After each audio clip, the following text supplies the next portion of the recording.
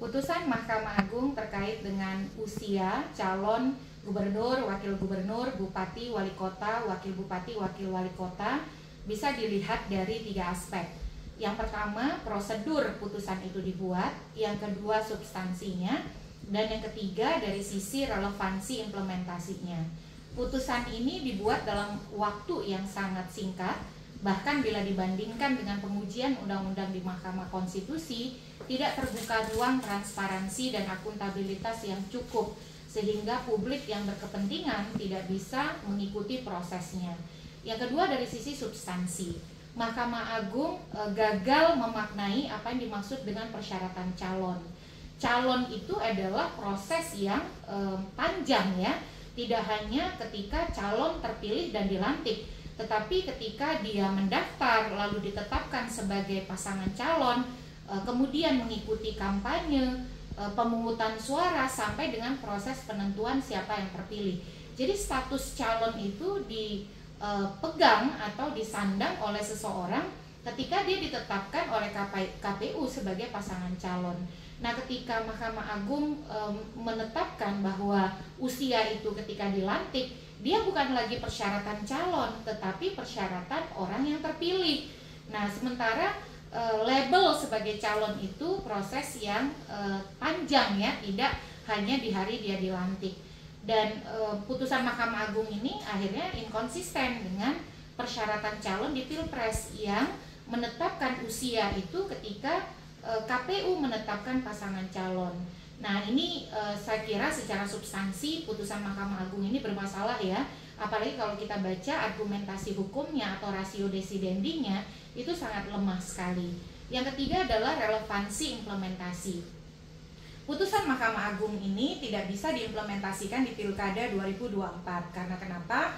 Karena untuk Pilkada 2024 tahapan pencalonannya sudah dieksekusi. Jadi bukan seperti di Pilpres tidak ada jalur perseorangan. Nah, calon perseorangan itu sudah berproses.